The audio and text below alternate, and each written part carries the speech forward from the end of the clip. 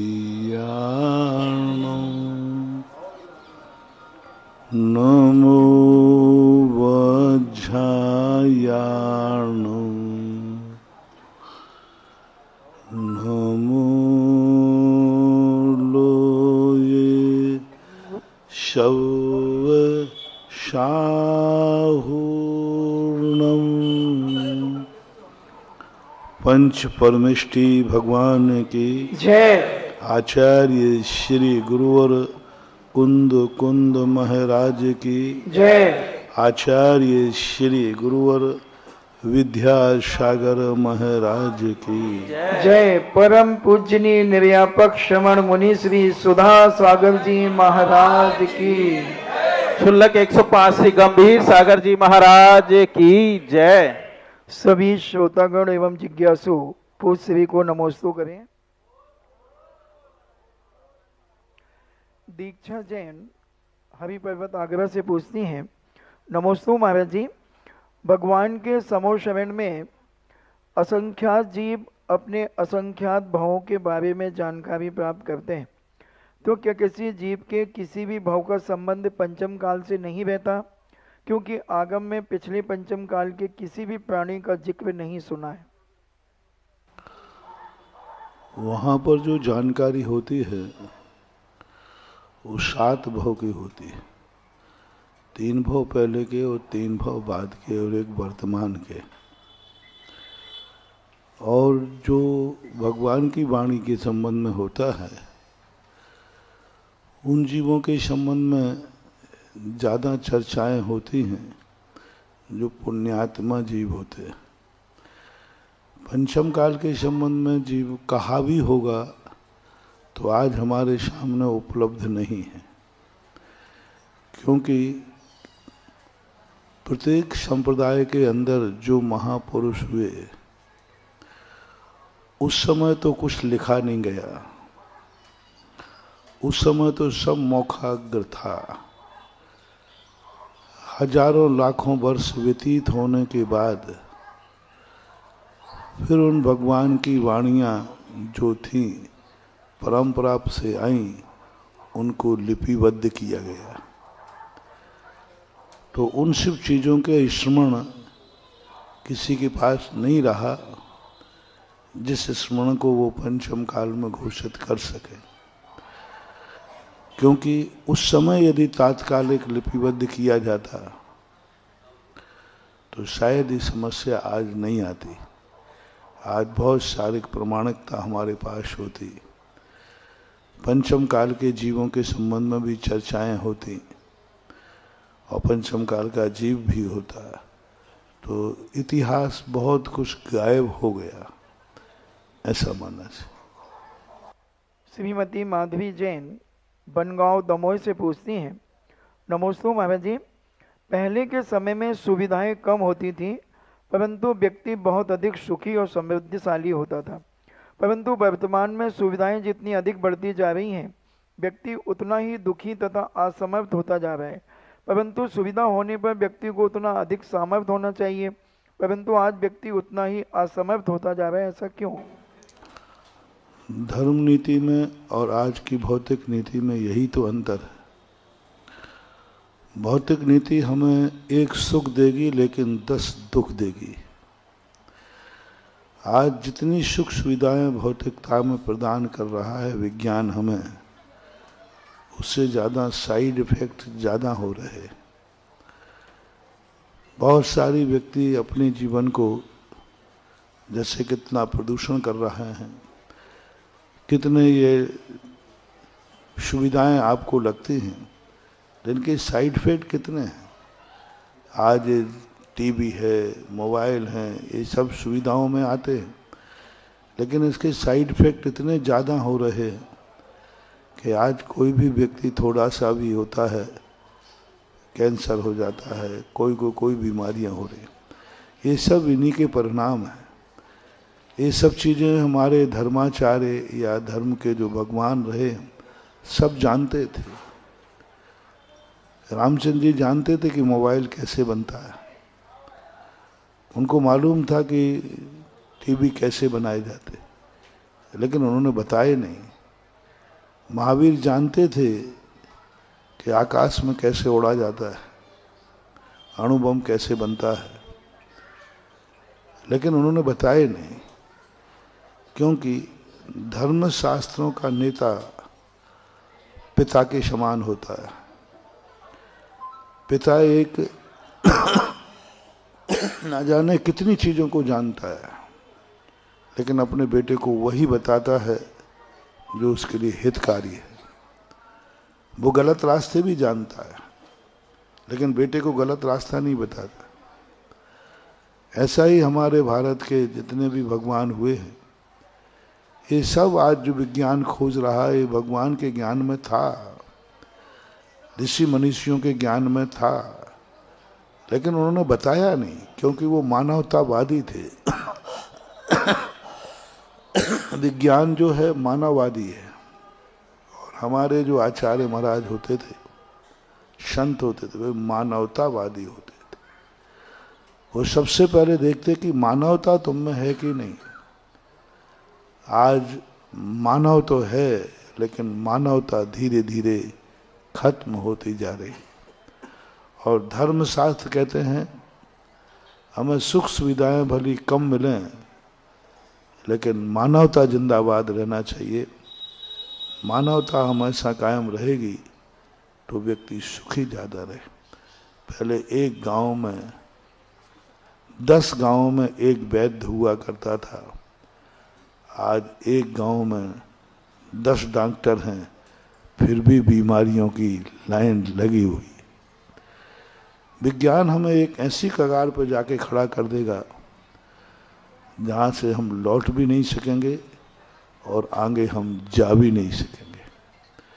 विज्ञान खुद कह रहा है कि एक दिन ये जो जितनी भी सुविधाएं दी जा रही हैं, एक दिन विनाश पर खत्म हो जाएंगे। नास्त्रेदमस की एक भविष्यवाणी है कि विज्ञान एक चरम सीमा पर पहुंचा करके एक विस्फोट करेगा, सारे विश्व को 5 सेकंड के अंदर खत्म कर देगा। विज्ञान की दृष्टि में ये विश्व की मात्र उम्र 5 सेकंड है बस। जिस दिन किसी विज्ञान का, किसी बड़े देश का दिमाग बिगड़ गया, 5 सेकंड के अंदर सारा विश्व तबाह हो जाएगा। आकाश से मात्र ऐसी गैस जैविक युद्ध होगा जो व्यक्तियों को मार देगा, ये वार्तें ज्यों की त्यों खड़ी रह जाएंगी। तो ये सारी स्थितियां आज बच्चों जैसी हैं कि बच्चे को मिट्टी बहुत अच्छी लगती है, लेकिन वो नहीं समझ पाता है कि इस मिट्टी का भविष्य क्या है। आज वैज्ञानिक सुविधाएं हमें अच्छी लग रही हैं, लेकिन इनके जो साइड इफेक्ट होने वाले हैं उससे व्यक्ति बेखबर है। जब तक जागेगा तब तक बहुत देर हो चुकी होगी। चारू जैन जबलपुर से पूछती हैं, नमस्ते महाराज जी, हम किसी भी कार्य को करते हैं तो उसमें हमारा कंसंट्रेशन नहीं बनता और हमारा मन भटक जाता है, तो हम ऐसा क्या करें कि मन की स्थिरता बनी रहे?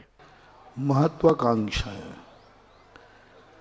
व्यक्ति को प्रातः उठकर उतनी ही इच्छा करना चाहिए कि वो शाम को खुशी खुशी सो सके। व्यक्ति इतनी महत्वाकांक्षाएं कर लेता है कि जिंदगी की शाम होने को होती है तब भी वो अधूरा रहता है। आज व्यक्ति अतृप्त होकर सो रहा है, आज व्यक्ति अतृप्त होकर मर रहा है, आज हर व्यक्ति हर क्षण अधूरा है।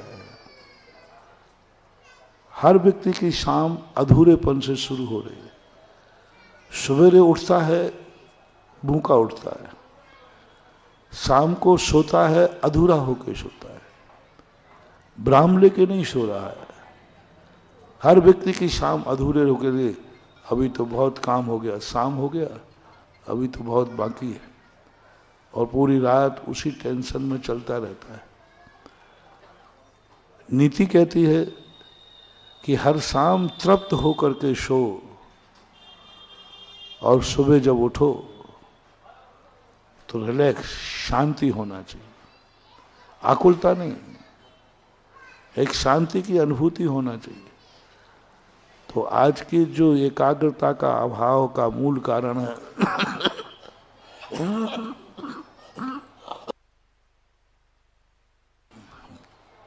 महत्वाकांक्षा, और महत्वाकांक्षाओं पर यदि अंकुश लगा दिया जाए तो मन चंगा तो कठौती में गंगा, और जब मन चंगा नहीं है तो गंगा में भी नहाए तो भी वह नंगा ही रहेगा, कभी उसको कुछ होने वाला नहीं।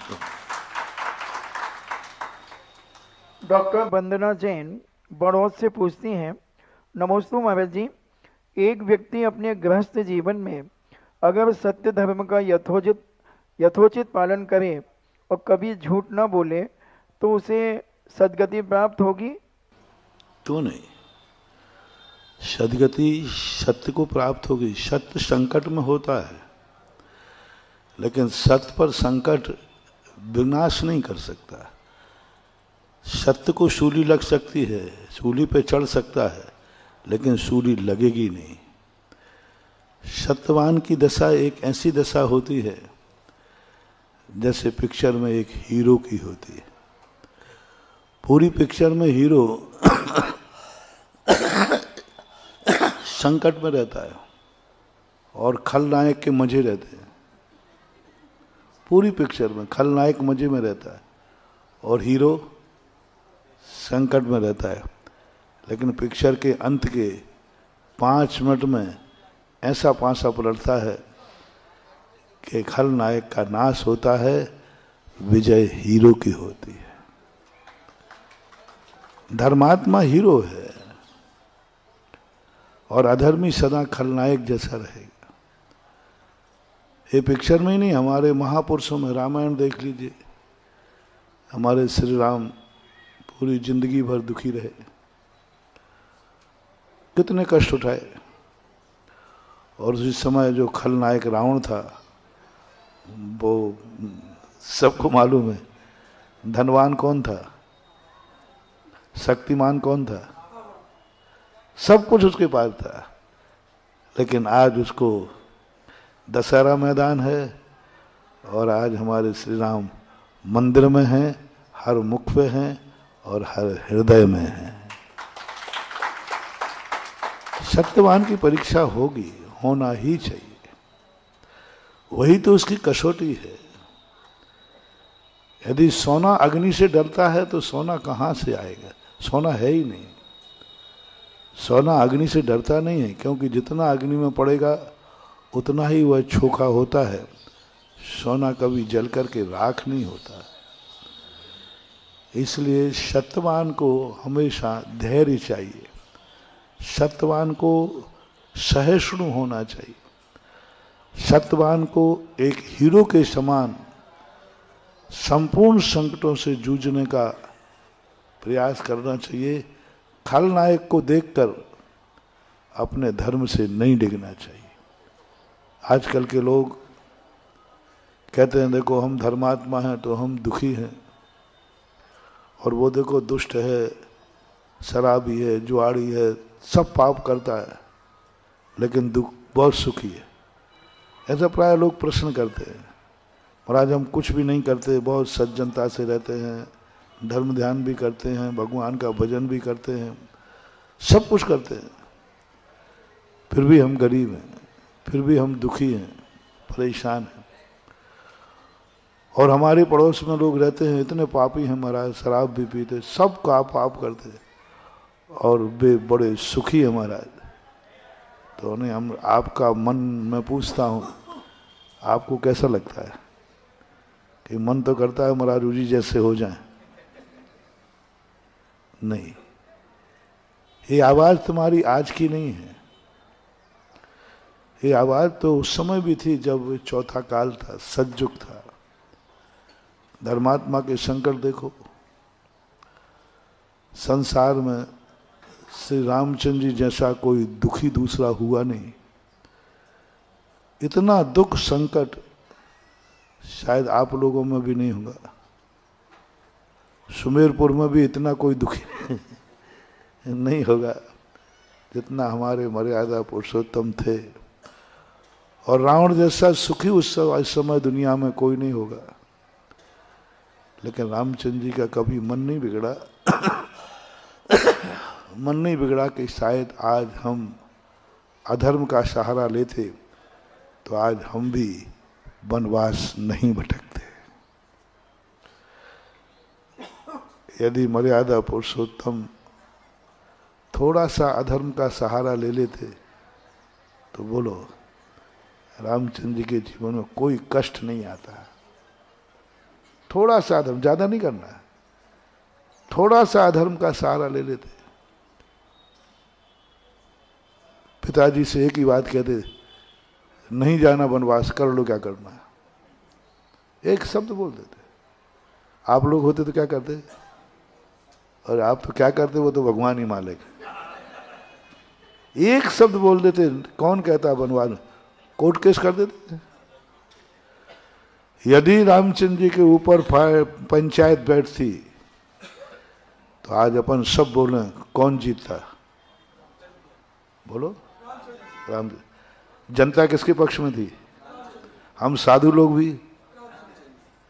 कौन विपक्ष में था? बोलो रामचंद्र जी जीतते।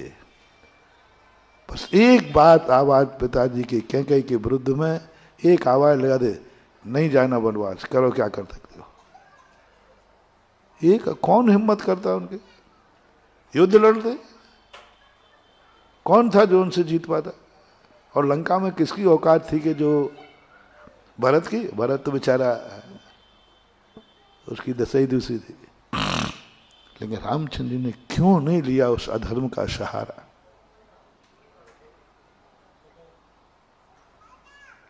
एक थोड़े से अधर्म में, एक थोड़ी सी पिता की आज्ञा का उल्लंघन करना था, कोई बड़ा पाप नहीं करना था। न कोई किसी का मर्डर करना था, न किसी का विरोध में जाना था, न कोई गलत कार्य करना था। मात्र एक पिताजी की आज्ञा पर जिद करना था, नहीं जाऊंगा और आज गद्दी मुझे ही मिलेगी, बस कुछ नहीं, सब कुछ, कुछ संकट का सवाल ही नहीं। कोई वनवास नहीं भेजता, विदेही का अपहरण नहीं होता, और क्या क्या वनवास के दुख हुए वो अपन सबको मालूम है। लेकिन धन्य है वे महापुरुष, सारे वनवास के दुख झेलने को तैयार हैं, लेकिन छोटी सी मर्यादा का उल्लंघन करने को तैयार नहीं। छोटी सी मर्यादा, मैं तो बहुत इस पर कई बार चिंतन करता हूं। कोई बड़ा पाप नहीं था, कोई बड़ा पाप नहीं था, इतनी जिद्द थी, नहीं जाना था। कोई ज्यादा पाप तो नहीं था ना ये। लोगों ने सलाह दी भी होगी, ऐसी बात नहीं है, दी होगी, उस समय भी रहे हो, लेकिन उन्होंने कहा नहीं, संसार के कितने भी संकट मेरे जीवन में आ जाएं, लेकिन मैं मर्यादा का उल्लंघन नहीं करूंगा। मर्यादा यही है कि पिता की जो आज्ञा है वही हमारी जिंदगी है, वही हमारी बंदगी है, वही हमारा जीवन है। मौत भी आती है तो हमें शिरोधार्य है। तो हमेशा कभी भी अधर्म को बढ़ता हुआ देखकर, अधर्म के आलम्बन से यदि हमें कोई सुख भी मिलता है तो हमें ठुकरा देना चाहिए, और धर्म के आलम्बन पर यदि हमें दुख भी मिलता है तो हमें गले लगा लेना चाहिए। यही हमारे महापुरुषों का आदर्श है और आज इसी पे कायम रहना चाहिए। इसलिए हमेशा धर्म और सत्य को, अपने महान आत्माओं को ध्यान करके अपना कंसंट्रेशन बढ़ाना चाहिए और दृढ़ता लाना चाहिए। नितिन जैन सुसनेव से पूछते हैं, नमस्ते महाराज जी, किसी भी प्रकार के कार्य हम करते हैं तो अंतराय कर्म उदय में आ जाता है। मैं मानता हूं कि मैंने पूर्व जन्म में लोगों को विघ्न डाले होंगे, मगर अब उस कर्म को काटने के लिए हम कौन सा पुरुषार्थ करें कि हमारे जीवन में कोई विघ्न ना आए? हर व्यक्ति जेल में जाने के बाद पश्चाताप करता है, पूछता है महाराज जब ऐसा कोई उपाय बताओ जो मैं जेल से बाहर आ जाऊं। तो एक ही उपाय है, सजा पूरी हो जाएगी, आप अपने आप जेल से बाहर आ जाओ। क्योंकि अपराधी की सजा को माफ कराना भी अपराध है। क्योंकि न्यायालय किसने बनाए? धर्म ने, कानून ने। अपराधी की सजा माफ कराना भी अपराध है। इसलिए अपराध होने के बाद सजा जिस दिन पूरी हो जाएगी उस दिन बाहर आ जाओगे। जो किया है उसकी सजा भोगना भी धर्म है, अधर्म नहीं है। अपराध करना अधर्म है, अपराध के बाद सजा भोगना धर्म है, अधर्म नहीं है। रिपीट करता हूं, अपराध करना अधर्म है, अपराध हो जाने के बाद सजा भोगना धर्म है।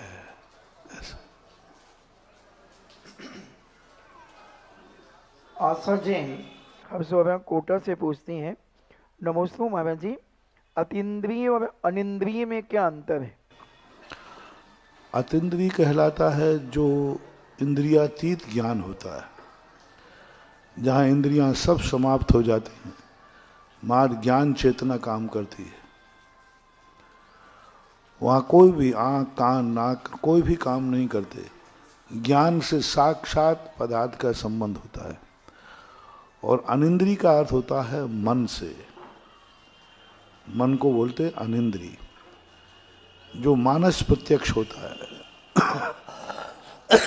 जिनका मन इतना ज्यादा शक्तिमान और समर्थ हो जाता है कि वो मन में जो विचार कर लेते हैं वही हो जाता है, मन में जो जान लेते हैं वही सत्य निकल जाता है। तो वो कहलाता है अनिंद्रिय ज्ञान। ऐसा स्नेहा जैन पूछती है, नमस्ते महाराज जी, हमारे जैन धर्म में भाषा का क्या महत्व है? हम भगवान की भक्ति हिंदी में करें, प्राकृत में करें, संस्कृत में करें, किन भाषाओं में भगवान की भक्ति करें जिससे पुण्य का बंध हो? भाषा तो भक्त की भाषा होती है। भगवान हर भाषा को जानते हैं। भगवान तो पशुओं की भाषा पे भी प्रसन्न हो जाते हैं, तो तुम्हारी भाषा का तो उन पर कोई फर्क पड़ने वाला है नहीं। भाषा का कोई मूल्य नहीं होता। भाषा तो एक अपने भावों को अभिव्यक्त करने का एक माध्यम है। जिनके पास भाषा नहीं है, मूक होते हैं, वे भी भगवान तक अपनी आवाज पहुंचाते हैं। रही बात परंपरा की भाषाएं, तो प्राचीन भाषाएं दो भाषाएं रही हैं, प्राकृत और संस्कृत। इन दो भाषाओं में प्राचीनता से प्राचीन आचार्यों ने जो भक्ति लिखी है, उन भक्तियों में ताकत है, उन भक्तियों को पढ़ने में एनर्जी बहुत होती है। इसलिए पूर्वाचार्यों द्वारा की हुई भक्ति को ही यदि हम दोहराते हैं तो ज़्यादा पावरफुल होते हैं। इसलिए अपन लोग अपने भारत में देखना, पूर्व ऋषि मनीषियों के ग्रंथों को ही कथा के रूप में बांचा जाता है।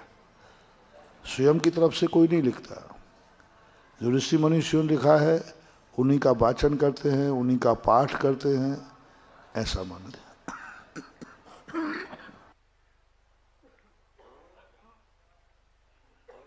श्रीमती चंदा जैन आष्टा मध्य प्रदेश से पूछती हैं, महाराज जी लेस्याएं क्या होती हैं और किस लेस्याओं के प्रभाव से जीव का कहाँ कहाँ जन्म होता है? लेस्या का अर्थ होता है हमारी कसाय।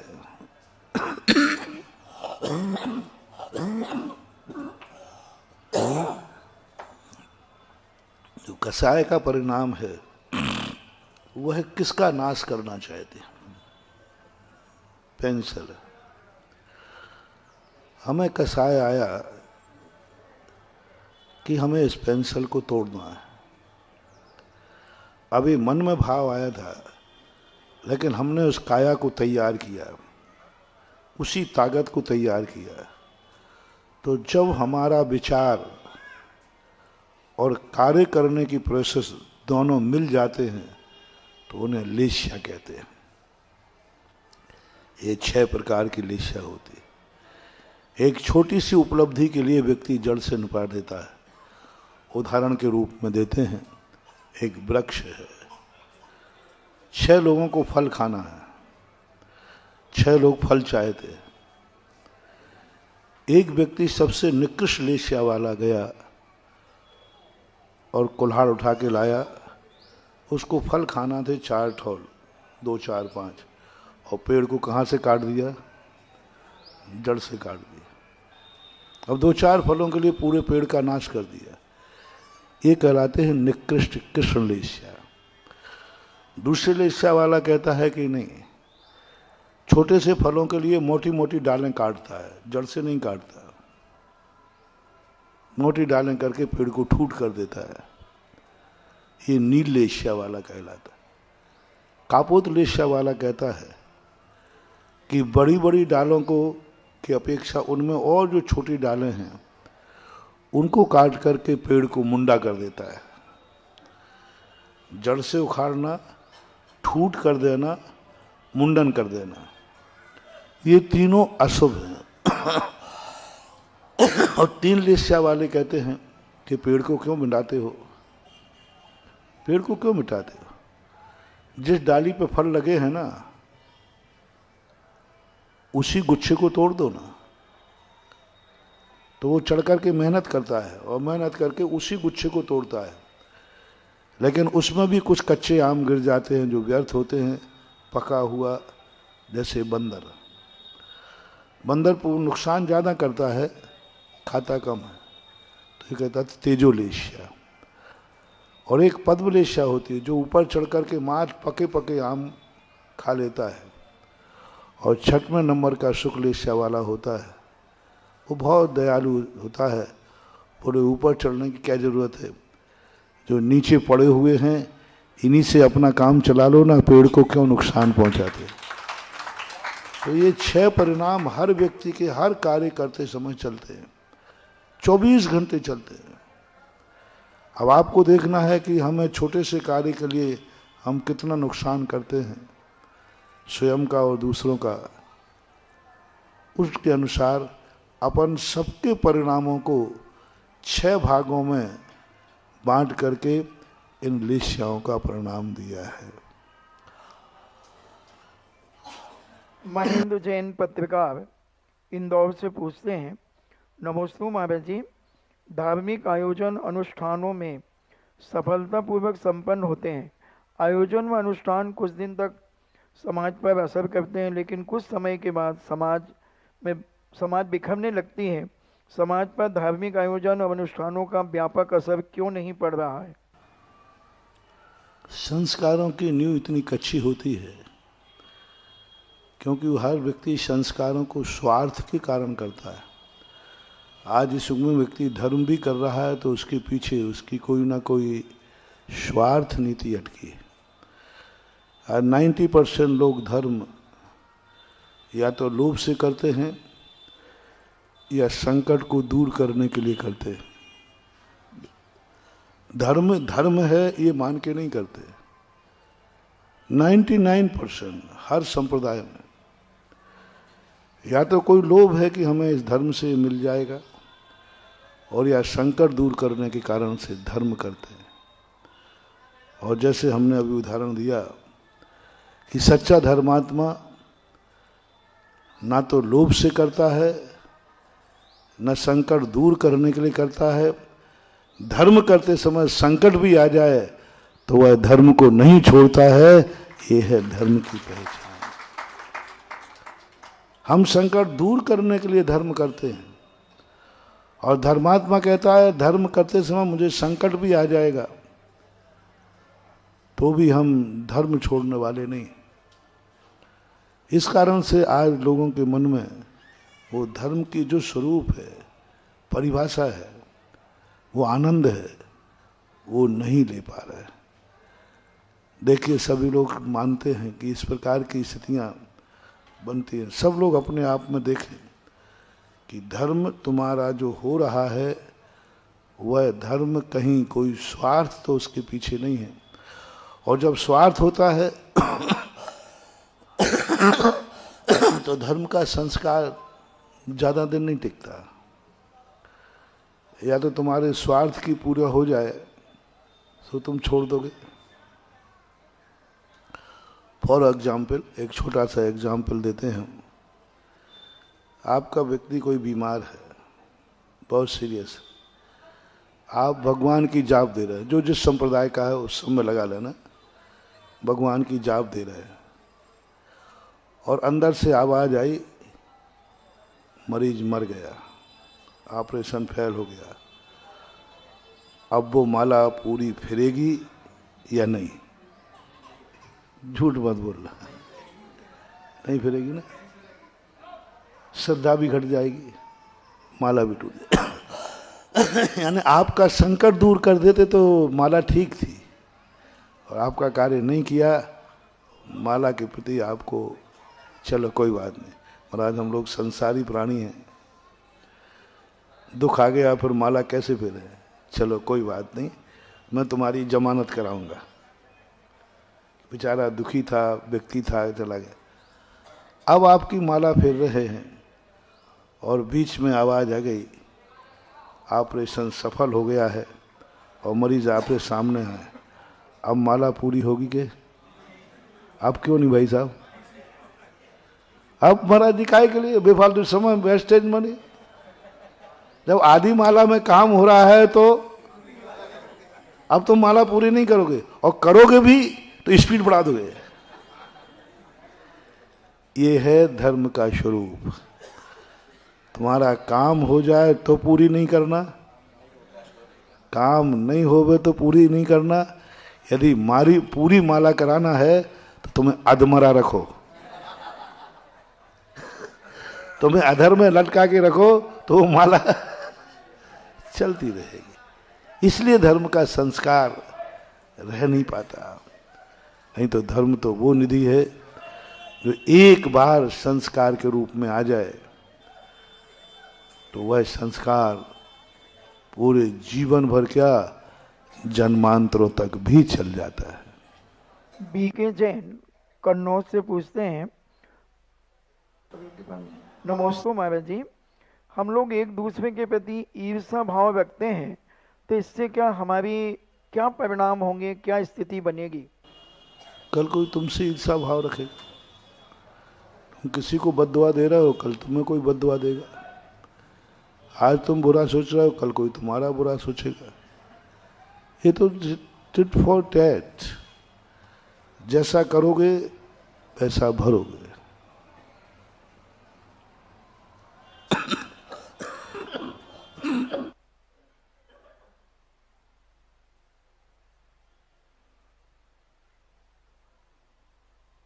अशोक जैन गांधी सोलापुर से अहमदाबाद से पूछते हैं, नमोस्तु महाराज जी, भरत और बाहुबली भगवान कहाँ से मोक्ष गए हैं? इतिहास प्रमाणिक नहीं है, इतिहास स्पष्ट नहीं मिल रहा है। फिर भी संकेत के रूप में दो मत हैं, एक तो पोदनपुर से, दूसरा कैलाश पर्वत से।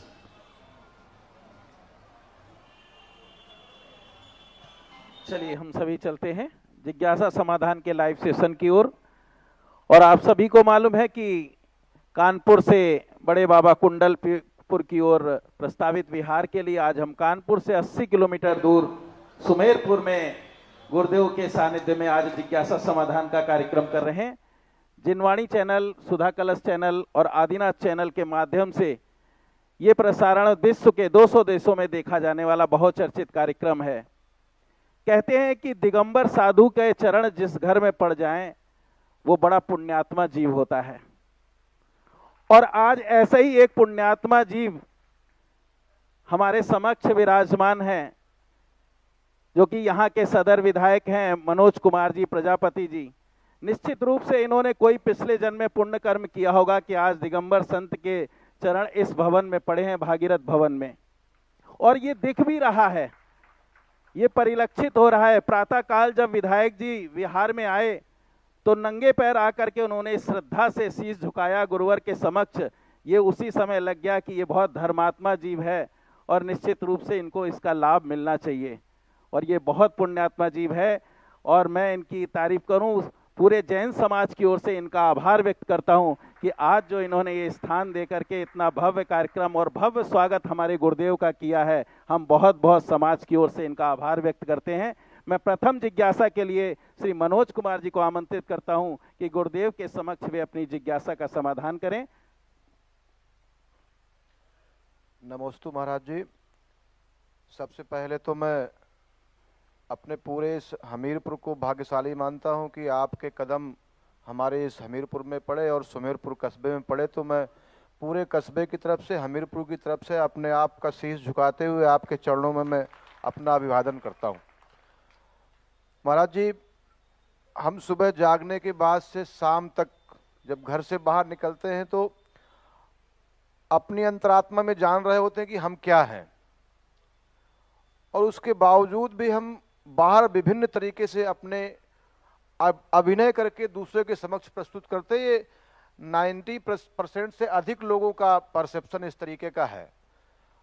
जान रहे होते हैं सत्य क्या है, मैं क्या हूं, इसके बावजूद भी दूसरे के समक्ष हम दूसरा कुछ प्रस्तुत कर रहे होते हैं। इससे अपने आप को कैसे बचाया जा सकता है महाराज जी? यदि हमारे मन में सामने वाले का हित करना और स्वयं का हित करने का विचार है, तो यह जो रूप है इस रूप को कायम रखना चाहिए। ऋषि मनीषियों ने अच्छे लोगों को इस रूप के लिए कला कहा, एक कुशलता कहलाती। माँ यदि बेटे के सामने मायावी रूप न रखेगी तो बेटे का पालन नहीं हो सकता। बेटे के सामने अभिनय करना पड़ता है, उसे झूठ बोलना पड़ता है। अब बेटा उस वस्तु मांग रहा है जो नुकसानदायक है, तो माँ को कहना ही पड़ता है बाबा ले गया। अभी अभिनय कितना बड़ा झूठा है अपने ही बेटे के साथ, बाबा ना ले गया है और न वह। तो ये अभिनय माँ के समान यदि हम दुनिया के साथ करते हैं तो कोई बाधा नहीं, ये अभिनय कुशलता कहलाती है। और इस कुशलता के बिना कोई व्यक्ति जी ही नहीं सकता, क्योंकि संसार में नाना प्रकार के लोग हैं। यदि इनको ओरिजिनलिटी करके सिखाया जाए तो इतने अज्ञानी हैं कि ये नहीं समझेंगे। बालक को समझाया जाए बेटा ये चीज़ नुकसानदायक है, वो नहीं मानेगा, समझने को तैयार नहीं है। उसे किसी ना किसी रूप में अभिनय करके और उसको गुमराह करना ही पड़ेगा। दूसरी बात, जब अध्यात्म की शैली से दृष्टिकोण अपनाते हैं तो व्यक्ति अपने आप को एक नाटक का रूप लेना चाहिए। संसार एक रंगमंच है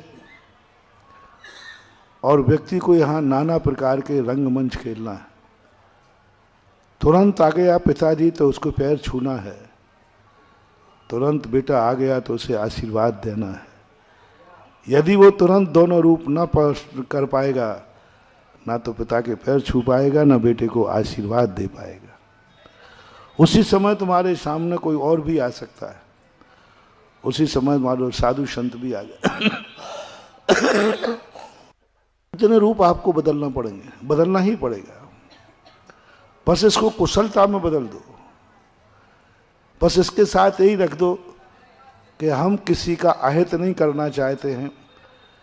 हित करने के लिए कितने भी माया रूप लिए जाएं, वे सब धर्म की कोटि में आते हैं, कुशलता की कोटि में आते हैं। बस हित करने का परिणाम होना चाहिए। यदि मैं यहाँ शत्रुरूप प्रकट करता हूँ तो दोनों को नुकसान है, और यदि मैं यहाँ मायावी रूप प्रकट करता हूँ तो दोनों को लाभ है। बस ये ध्यान में रख लिया जाए, फिर कोई चीज़ के अभिनय आदि गलत नहीं होते हैं, क्योंकि इनके बिना संसार चल नहीं सकता है, ऐसा मान। प्रणाम महाराज जी। चलिए, श्रीमती छाया जैन घाटमपुर से, और तैयार रहेंगी श्रीमती नीसू जैन जहानाबाद से।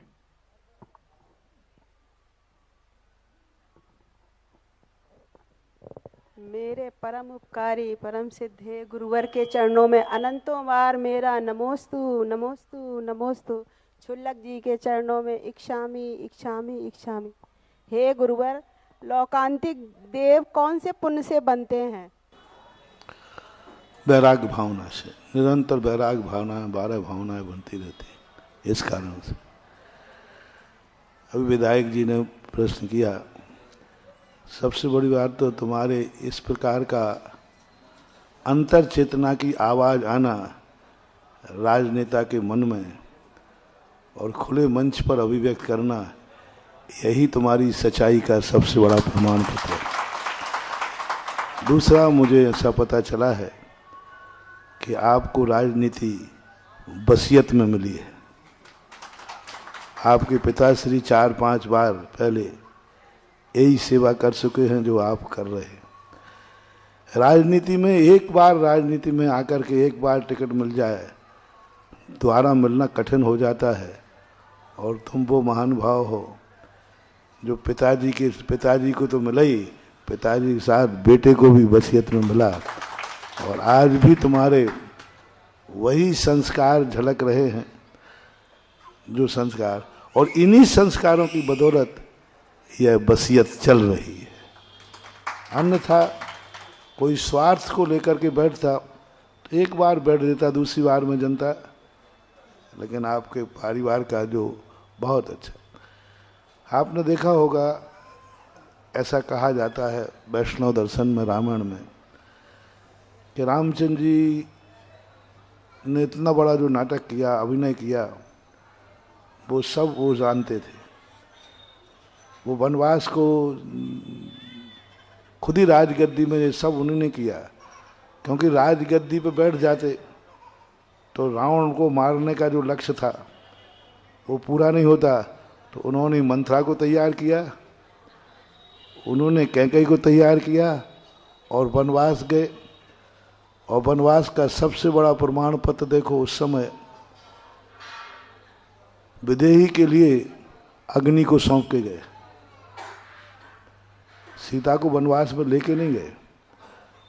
जैसे ही वनवास की सीमा पर पहुंचते हैं, उसी समय मूल सीता के लिए अग्नि देव को सौंप देते हैं, और अग्नि देव से मायावी सीता को लेके जाते हैं। अपहरण किसका कराया? ओरिजिनल के मायावी का मायावी का। और रावण क्या समझ रहा है? ओरिजिनल है। और रामचंद्र जी क्या समझ रहे हैं? अब इतना बड़ा अभिनय किससे छुपा के रखा? सारी दुनिया से, और सगे भाई लखन भाई से। और तो छोड़ो, कम से कम लक्ष्मण को तो बता देते। नहीं, अंदर की एक आवाज एक कान से दूसरे कान में पहुंचने पर पता नहीं उसके कितने रूप बनेंगे, ये कह नहीं सकते। है ना, वो चित्रण रामचंद्र जी लक्ष्मण से भी छुपा के रखा, सारे जगत से छुपा के रखा। सारा जगत कह रहा है कि रामचंद्र के ऊपर संकट है, और अंदर की बात है रामचंद्र जी जानते हैं ओरिजिनल सीता है ही नहीं, उसका कुछ बिगाड़ ही नहीं हो पाएगा। वो तो जब लौट करके आने लगी उस समय रामचंद्र जी कहते अग्नि तैयार करो लक्ष्मण, तो लक्ष्मण आप ऐसे हो गए, बोले भैया अग्नि तैयार करो। जो सीता जो भाभी 6 माह से रावण के किसी प्रलोभन में नहीं आई, आज उसके लिए अग्नि परीक्षा। तब रामचंद्र जी कहते लक्ष्मण परीक्षा के लिए नहीं, तेरी ओरिजिनल भाभी बताता हूं कहाँ है। अब इतना बड़ा जो मायावी रूप लिया, क्यों क्यों क्या धोखा देना था? नहीं, इसके बिना रावण को नहीं मारा जा सकता था, जगत का कल्याण नहीं किया जा सकता था।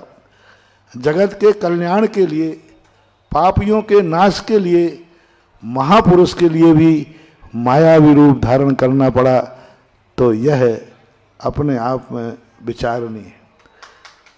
इसलिए कभी भी हो हमें ये देखना, अधर्म का नाश और धर्म का विकास के लिए यदि मायावी रूप धारण करते हैं तो उसे अधर्म नहीं मानना, वो भी एक धर्म की सुरक्षा का कवच है, साधन है, ऐसा मानना चाहिए। श्रीमती नीसू जैन जिज्ञासा रखें, उससे पूर्व मैं आमंत्रित करता हूं श्री संजीव जैन ममता स्पोर्ट्स ललितपुर से, क्योंकि इनको निकलना है, इसलिए माइक दे दीजिए। तैयार रहेंगी श्रीमती नीसू महाराज जी। नमोस्तु। इच्छामी महाराज जी, इच्छामी। गुरुदेव, भवदेव और भूदेव कैसे रहते थे और कौन थे? भवदेव और भूदेव दोनों ये सगे भाई थे और अनन्य दोनों में परिणाम था। संसार के राग वैभव में लिप्त थे, लेकिन जैसे ही उन्होंने एक बार प्रथम बार मुनि महाराज का दर्शन हुआ,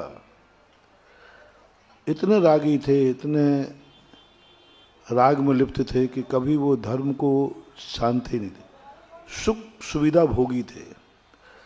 इतनी सुख सुविधाओं में मस्त थे कि क्या धर्म होता है, क्या कर्म होता है, उनको कोई लेना देना नहीं था, अपनी मौज मस्ती में रहते थे। लेकिन इतना छोटा सा निमित्त मिलकर के अनायास एक महाराज का दर्शन किया, जंगल में बैठे हुए थे। उनको देख करके उनके मन में एक क्षण मात्र में इतना वैराग्य जागा, इतना वैराग्य जागा कि उन्होंने तुरंत दोनों भाइयों ने दीक्षा लेकर आत्मा का कल्याण किया।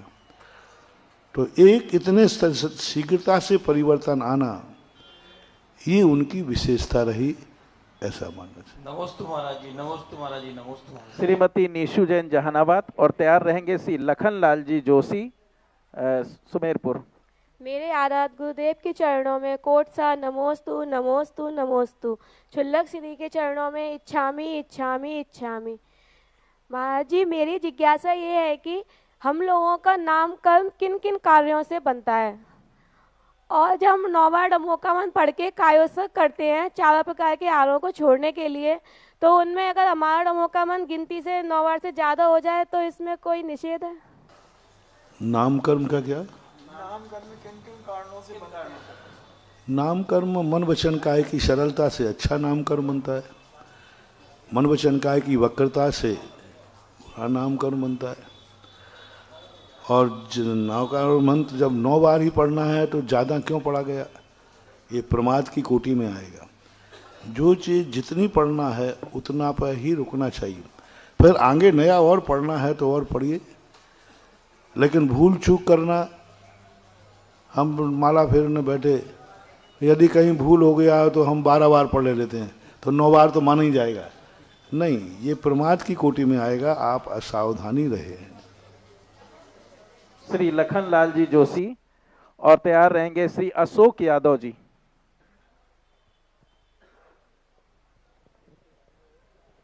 परम पूज्य स्वामी जी के चरणों में शत शत नमन।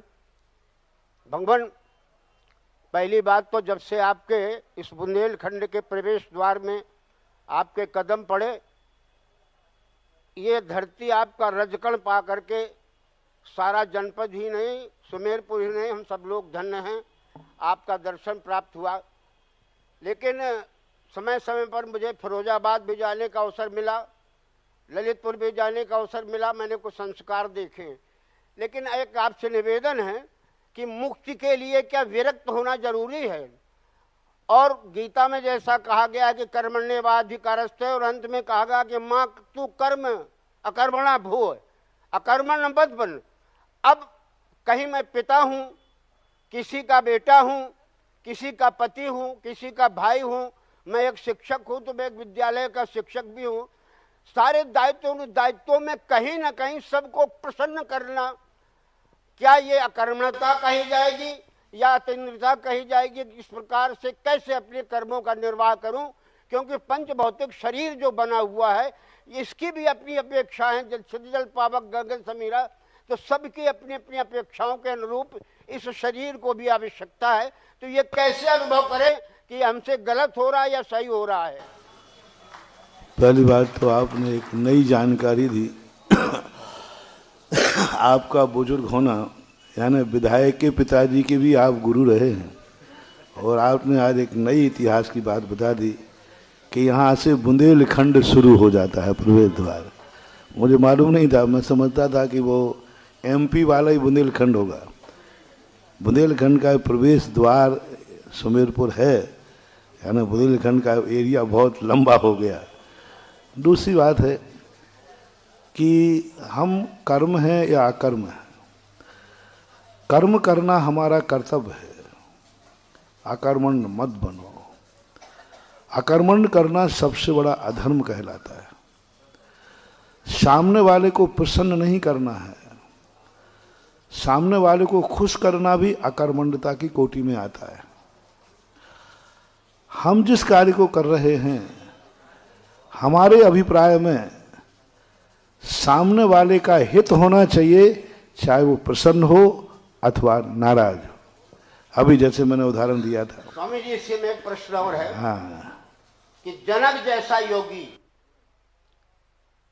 पुत्री के विवाह के लिए उसे शंकर जी के धनुष को तोड़ने के लिए संकल्प लेना पड़ा।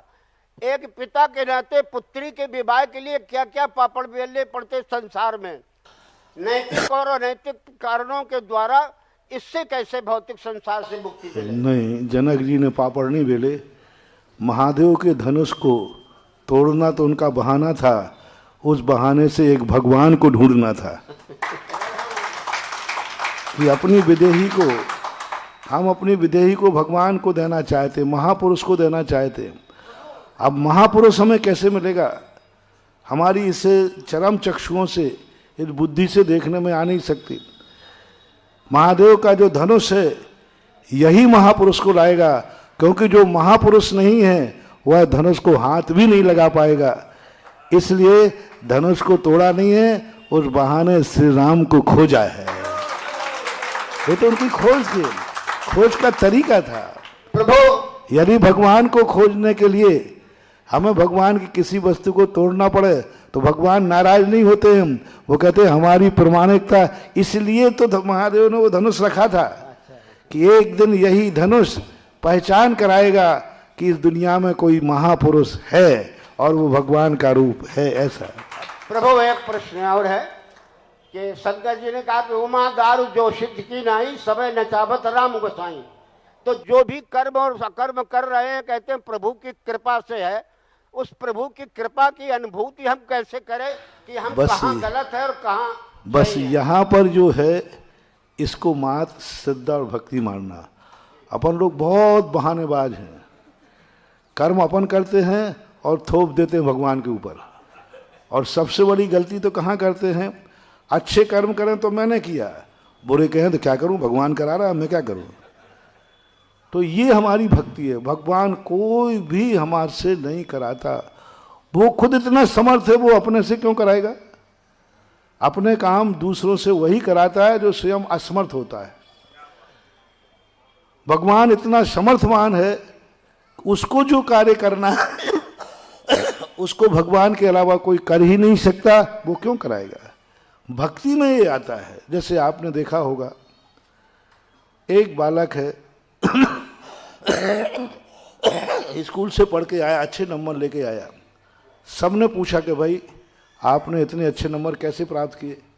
अरे सब मेरे पिताजी की कृपा है, गुरुओं की कृपा है। पत्रकार पिताजी के पास पहुंच गए, बोले साहब आपके बेटे ने अच्छे इंटरव्यू पास किया है, बहुत अच्छे नंबर आए। उसने कहा है सब पिताजी की कृपा है। तो पिताजी कहते हैं कि भैया मुझे तो यही पता नहीं वो कौन सी क्लास में पढ़ रहा है, मुझे तो यही पता नहीं कि उसका सब्जेक्ट क्या है।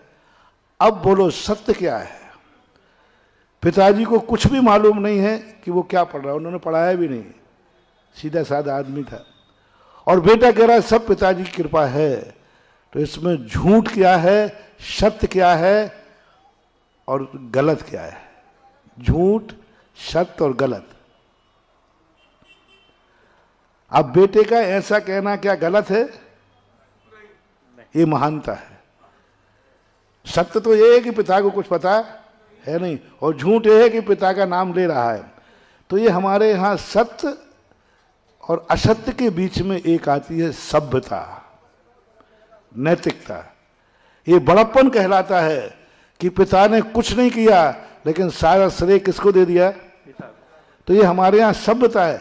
ऐसा ही अपन लोग भक्त लोग हैं, अपन भगवान जो कुछ भी अपन करते हैं सारा श्रेय किसको दे देते हैं, भगवान को दे देते हैं। भगवान किसी का कुछ नहीं करता धरता है।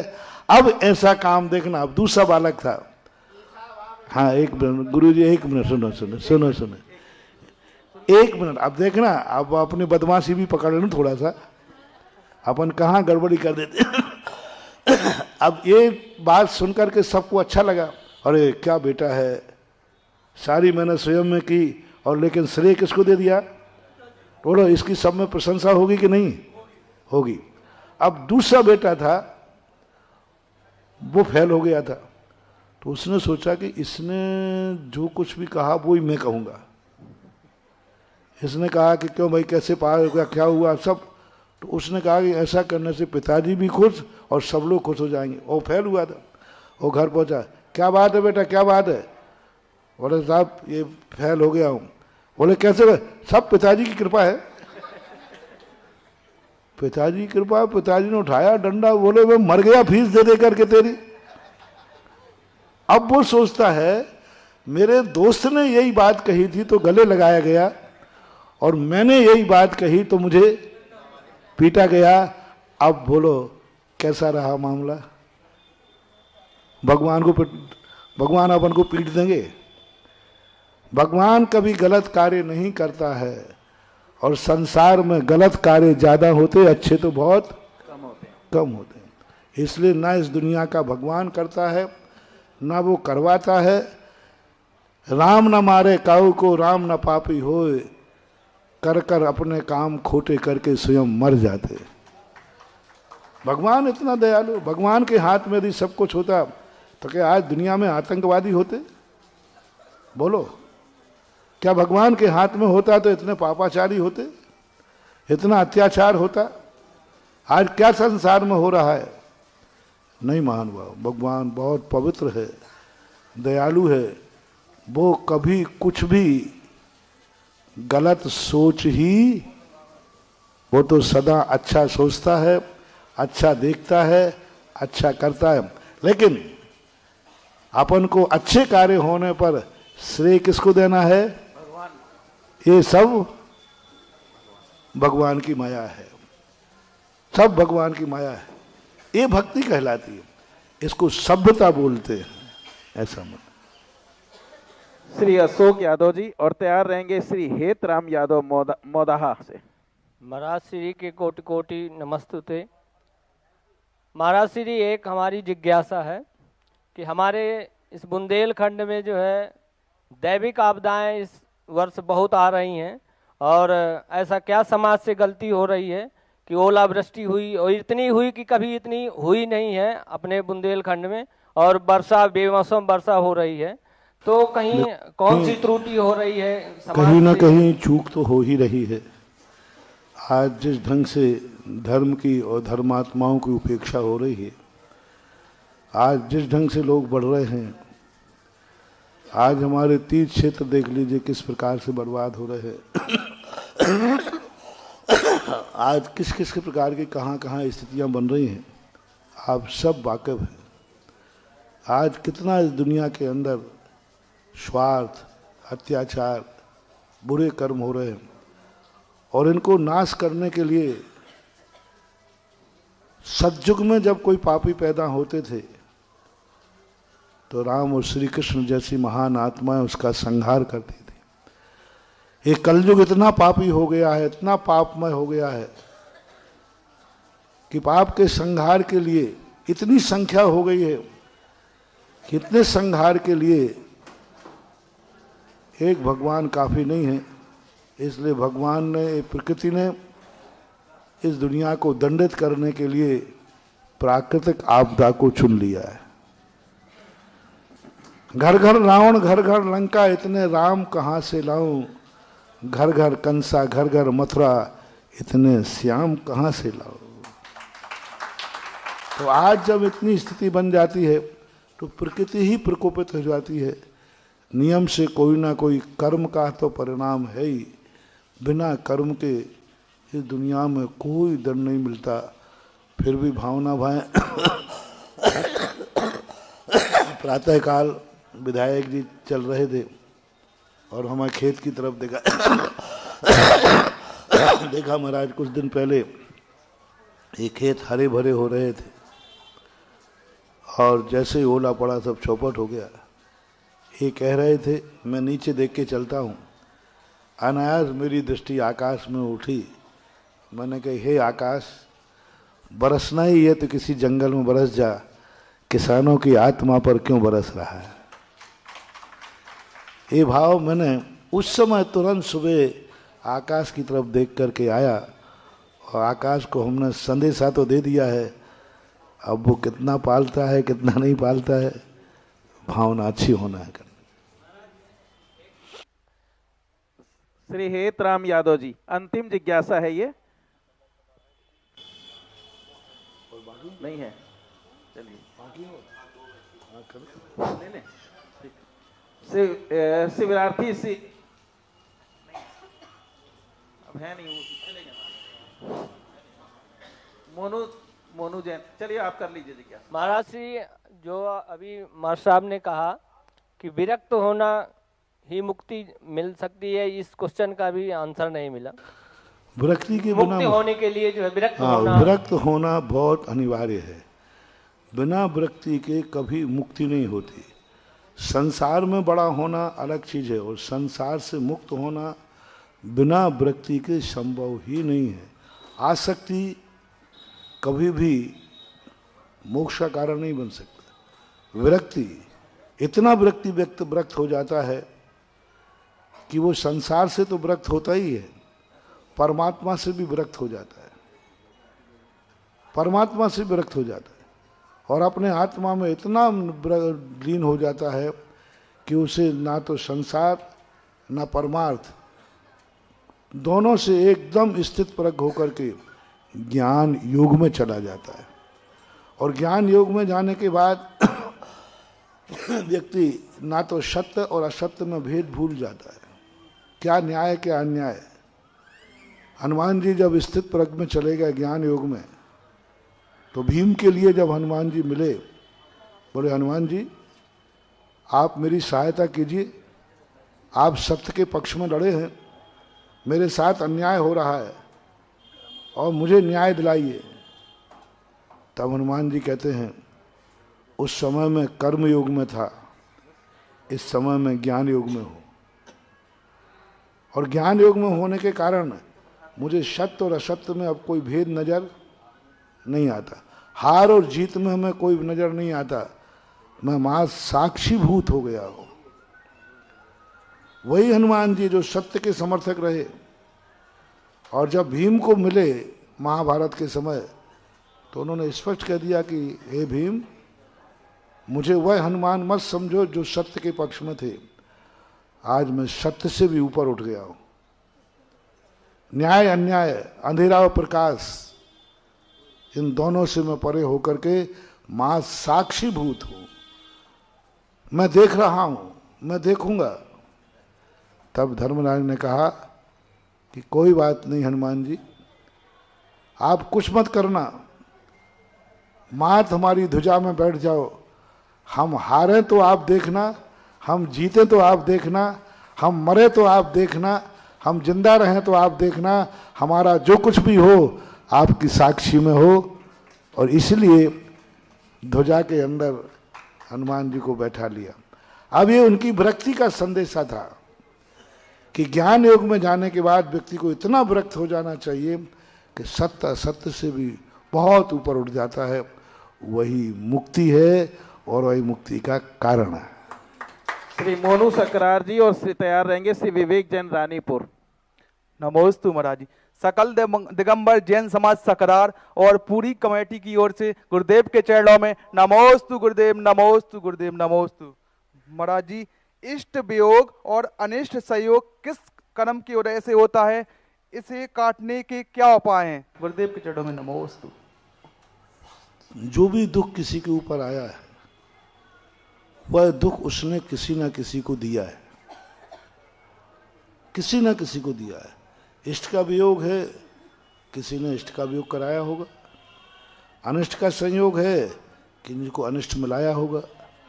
इसके काटने का उपाय एक ही है कि निरंतर भावना भाए कि हे भगवान, किसी का अनिष्ट ना हो, किसी के इष्ट का वियोग न रहे। सर्वे भवन्तु सुखिना, सर्वे भवन्तु निरामया, सर्वे भद्राणि पश्यन्तु, माँ कश्चित् दुख भाग भवेत्। यही हमारे इन विपरीत कर्मों के मुक्ति का एक साधन है। श्री विवेक जैन रानीपुर, अंतिम जिज्ञासा है। हेलो महाराज जी के चरणों में नमोस्तु। महाराज जी, मेरी शंका ये है कि कुंडली का देखने का जीवन में क्या महत्व है? क्या बिना कुंडली देखे भी शादी विवाह हो सकते हैं? देखो, कोई भी चीज़ है निरर्थक दुनिया में कुछ भी नहीं है। कोई भी चीज़ है उसका उपयोगिता है। किसी पुण्यवान व्यक्ति को है, उसको कुंडली देखने की जरूरत नहीं है, लेकिन इसका अर्थ है नहीं कि कुंडली नहीं देखना चाहिए। कुछ लोग बताते ट्यूबलाइट खा जाते हैं, ट्यूबलाइट होती है ना, उसको खा जाते, तो सभी ट्यूबलाइट खा के दिखाएं। कुछ तो खा लेते हैं, कांच के टुकड़े खा लेते हैं। तो वो यदि कोई खा ले रहा है, इसका उसकी नकल करके सभी खाने लग जाए तो मरेंगे। इसी प्रकार से जब तीव्र पुण्य का उदय होता है तो कुंडली आदि भी गौण हो जाती है, लेकिन इसका अर्थ है नहीं कि निरर्थक नहीं है। हमारे भारत देश की जो भी संस्कृतियां हैं, इनका बहुत बड़ा कहीं ना कहीं महत्व होता है। ये सावधानी तो बरतते हैं, इसको जरूर स्वीकार करना चाहिए। चलिए, गुरुदेव की आरती के लिए आज हम आमंत्रित करते हैं यहाँ के विधायक श्री मनोज कुमार जी प्रजापति, अपने इष्ट मित्रों और परिवार सहित आएं और आज गुरुदेव की आरती करें। साथ ही जो बाहर से हमारे यहाँ अतिथि पधारे हैं वे भी आएं और गुरुदेव की आरती करें।